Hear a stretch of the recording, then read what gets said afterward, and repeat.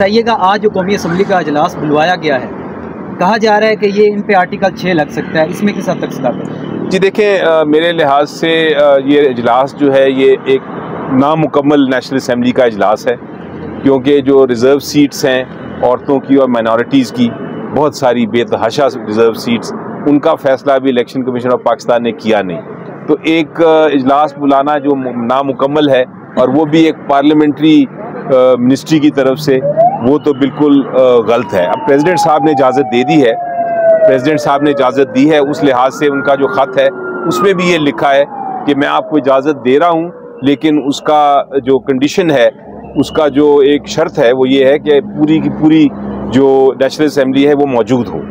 तो वो शर्त पूरे किए बगैर ये सेशन को बुला लिया गया है, तो मेरी नज़र में ये सेशन भी गलत है। सर जी बताइएगा, आपने IMF को ख़त लिखा है, प्रोपेगेंडा भी किया जा रहा है उसके बारे में कि आपने जो ख़त लिखा है उसमें ये कहा गया है कि आप इनको फंड्स ना दें, जो है आप इस बारे में क्या कहेंगे? एक बड़ा प्रोपेगेंडा आपके खिलाफ किया जाए PTI का। कि देखिए, वो ख़त का जो डिटेल्स हैं वो अब आ गई हैं, उस पर तबसरे हो रहे हैं, दोनों साइड्स के व्यू पॉइंट हैं। एक व्यू पॉइंट तो आपने फरमाया कि ये नहीं लिखना चाहिए, दूसरी तरफ व्यू पॉइंट PTI की तरफ से भी आ रहा है, वो एक्सप्लेन कर रहे हैं कि उसका मकसद क्या है ख़त का और उसमें क्या कहा है और क्या नहीं कहा।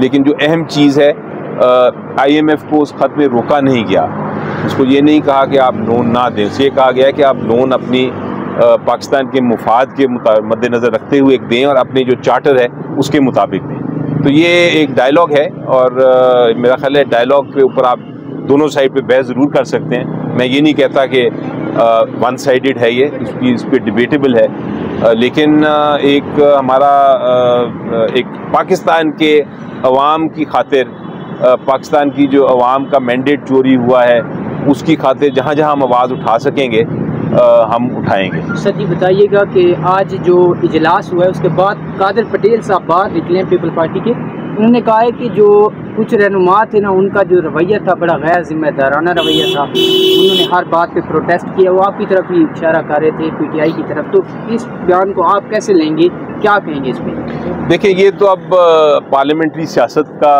एक हिस्सा है। अब आपने देखा कि जब हम रिज़ाइन कर गए थे नेशनल असम्बली से, तो नेशनल असम्बली में यकतरफा ही कार्रवाई होती थी। मेरा ख्याल है जो अपोजिशन है वो अब यकतरफा कार्रवाई की इतनी आदी हो गई है कि उनको जब भी उनके सामने कोई खड़ा होता है तो उनको लगता है कि ये पार्लियामेंट्री बिहेवियर नहीं है। लेकिन दरअसल अगर आप देखें तो पार्लियामेंट में राइट प्रोटेस्ट करना और अगर पार्लियामेंट में आवाज़ उठाना, ये एक सही निज़ाम का हिस्सा है और इस पर किसी को शिकायत नहीं होनी चाहिए। ये आप बर्दाश्त करते हैं। सिर्फ मैं ये कहता हूँ कि पार्लियामेंट में जब डिबेट हो रही हो तो आपको डिबेट करनी चाहिए, और डिबेट जो है वो पाकिस्तान के इंटरेस्ट में, पाकिस्तान की सालमियत के लिए होनी चाहिए और फिर कोई ना कोई फ़ैसला होना चाहिए। हमने देखा कि पिछले दौर में जब हमने रिज़ाइन कर लिया था नेशनल असम्बली से, तो बहुत सारे कवानीन बुलडोज हुए। मेरा ख्याल है एक ऐसा सेनेटर था जो उठ के बार बार इसको रोकने की कोशिश करता था, इनको कहता था कि भाई आप बुलडोज ना करें कानून को, कम से कम डिबेट तो करें।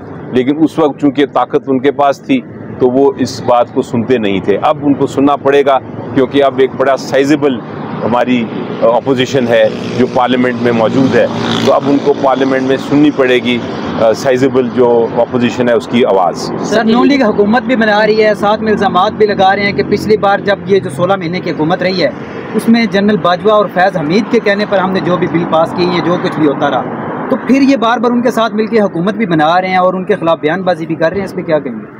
कि देखें, जहाँ तक तो ताल्लुक़ है ये हुकूमत का, मैं तो खाली एक बात ही करता हूँ कि हुकूमत आप ज़रूर बनाएं, बिल्कुल बनाएं, लेकिन लोगों के मैंडेट के मुताबिक बनाएं। अगर लोगों का एतमाद नहीं है तो फिर आप हुकूमत के हकदार नहीं हैं। तो मैं बाकी और चीज़ों में नहीं जाना चाहता, मैं सिंपल और स्ट्रेट फॉरवर्ड एक बात करता हूँ कि आप सब ने एक बड़ा ह्यूज मैंडेट दिया, बहुत बड़ा मैंडेट दिया, आपने चुप करके हंसते खेलते वोट दिए।